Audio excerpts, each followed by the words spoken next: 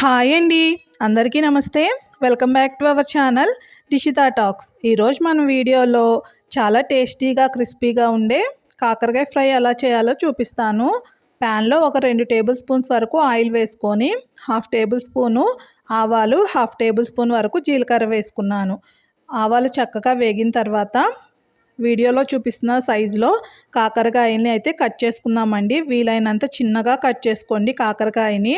అప్పుడే కాకరకాయ ఫ్రై అనేది చక్కగా టేస్ట్గా వస్తుంది. ఈవెన్గా అన్నీ వేగి మంచి టేస్ట్తో చేదు ఏమీ లేకుండా కర్రీ బాగుంటుందండి. ఇలా కలుపుతూ నేనైతే వేయించుకుంటున్నాను. మీరు ఒక విషయం గుర్తుంచుకోండి, కాకరకాయ ఫ్రై చేసేటప్పుడు ఎప్పుడైనా సరే స్టవ్ని లో టు మీడియం ఫ్లేమ్లో పెట్టి మాత్రమే చేయాలి.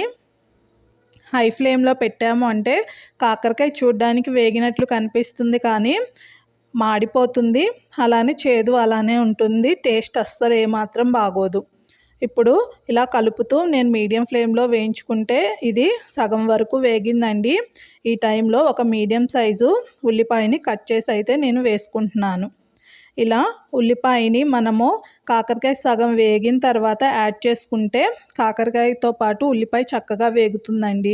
అలా కాకుండా మనము పోపుతో పాటే వేసుకున్నామంటే ఉల్లిపాయ మాడిపోతుంది, కాకరకాయ ఏమో అలా పచ్చి పచ్చిగా కనిపిస్తూ ఉంది. ఇప్పుడు వీటిని చక్కగా రెండింటిని కలిపేసేసుకొని నేను వేయించుకుంటున్నాను ఆయిల్లో. ఆయిల్ కూడాను చాలా తక్కువగా పడుతుందండి కర్రీకి. మనము ముక్కలు వేయగానే ఆయిల్ సరిపోదేమో అనిపిస్తుంది 2 టేబుల్ స్పూన్స్కి. కానీ కాకరకాయ చక్కగా వేగిన తర్వాత ఆయిల్ అదే చక్కగా బయటికి వస్తూ ఉంటుంది. ఇప్పుడు దీంట్లో ఒక 1/2 టేబుల్ స్పూన్ వరకు పసుపు వేసాను. అలానే ఒక 4 వెల్లుల్లి రెబ్బలు కూడాను దంచి వేసేసుకున్నానండి. వెల్లుల్లి ఫ్లేవర్ చాలా బాగుంటుంది ఈ ఫ్రైకి. ఇప్పుడు ఇలా కలుపుతూ లో ఫ్లేమ్లో వేయించుకున్న తర్వాత చూడండి కాకరకాయ చక్కగా వేగింది కదా. ఈ టైంలో మనం టేస్ట్కి తగ్గట్టుగా కారం వేసుకుంటున్నాను. కాకరకాయ ఫ్రైకి కారం కొంచెం ఎక్కువ వేసుకుంటేనే టేస్ట్ బాగుంటుంది. అలానే స్టవ్ దించే ముందే సాల్ట్ వేసుకొని ఇలా ఉప్పు కారము ఈ కాకరకాయ ముక్కలకు పట్టేలాగా ఇలా కలుపుకుంటూ ఉందాము అండి. ముందు ఉప్పు వేసుకున్నాము అంటే ముక్కలు మెత్తపడిపోతాయి, క్రిస్పీగా రాదు అండి, కూర అంత టేస్ట్గా ఉండదు. చూడండి ఇప్పుడైతే చక్కగా వేగిపోయి ఉంది కదా. ఇలా అయిపోతే మనకి ఫ్రై చేదు అనేది ఏమాత్రం ఉండదు. పిల్లలు చాలా ఇష్టంగా తింటారండి దీన్ని. నేనైతే ఒక గిన్నెలోకి తీసేసుకున్నాను.